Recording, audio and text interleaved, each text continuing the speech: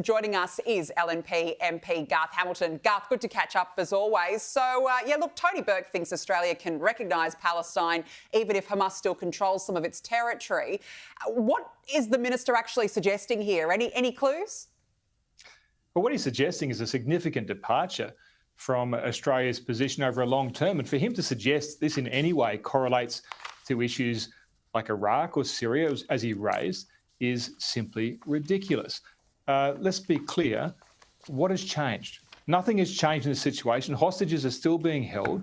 Parts of the territory are still under the control of a terrorist organisation, and operations are still being carried out against the IDF by Hamas. Look, I'll be really blunt here. I think that the Palestinian people have a lot of work to do to regain the trust of the international community.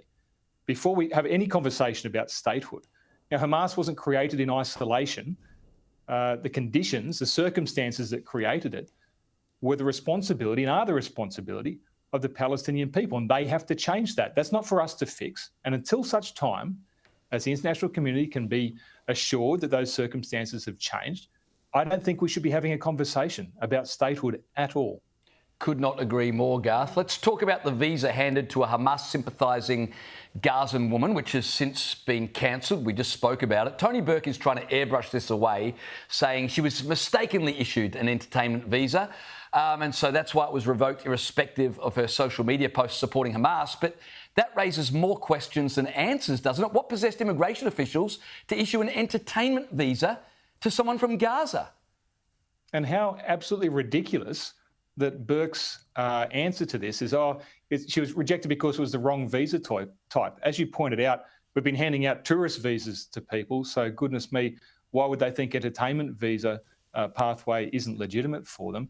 There's a couple of things here that I think are really important. One, why are we so focused on opening the door for visas for people from a terrorist-controlled part of the world that has gone through an incident like this? We're taking the most number of refugees from this area of any country in the world. I think we've done more than our fair share. I think it's time for us maybe to consider pulling back on that. I think that would be a sensible approach at this point in time. And clearly, as evidenced by this case, the views of these people who are applying for these visas are not aligned, not all of them are aligned with Western democratic values. I mean, how on earth you could possibly get this far down a pathway and then for Mr. Burke to suggest it's because she applied for the wrong visa? I'm of a view here that we've done Australia an injustice by holding our borders and our sovereignty so loosely and considering ourselves so low that we should just open the door without proper checks and balances. I think this is a really bad error in Australia's history.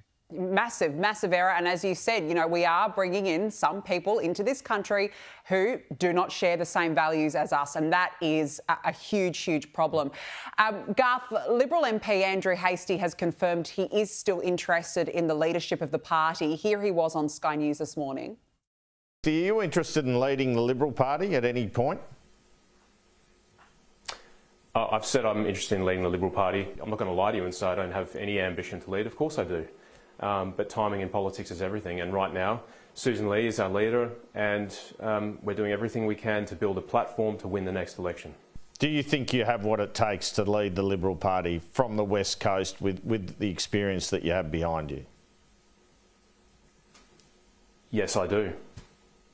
And Andrew, all this practice getting up talking to you early in the morning, it's possible. Garth, would you back Hastie for the role over Susan Lee? Oh, look, at this point, I think it's just important that he is willing to run. I'm very happy that he is open to serving our party in the future in that role.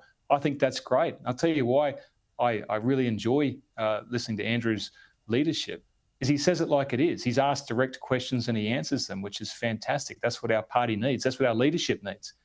We just went through a very tough election. I think it's very important that we have people who can stand up and tell you where they stand on issues. And Andrew's been very good at that, on net zero, on immigration levels. He's been very clear about who he is and what he stands for. I think that's great for the future of our party. I'm very happy that he's made that statement. So just to pick you up on that, are you saying that, yes, you would back him over Susan Lee? No, Susan's the leader right now, and this is where we're at right now. I'm happy that he's got that ambition for his future. I think it's important. Garth, let's quickly ask you, you say he's been very clear on issues like net zero and so forth. Has he been clearer on issues than Susan Lee? Oh, look, I think Andrew's been Andrew, and he's said what he's felt is in his heart. And that's what he's been able to do. I think he's done that over a long, long time. I'm certainly not going to be drawn to a comparison with him and Susan Lee. I'm just very happy that we've got such a strong person as Andrew who's willing to put their hand up for the future. I think that's fantastic for our party. Garth Hamilton, we really appreciate your time tonight. Thank you.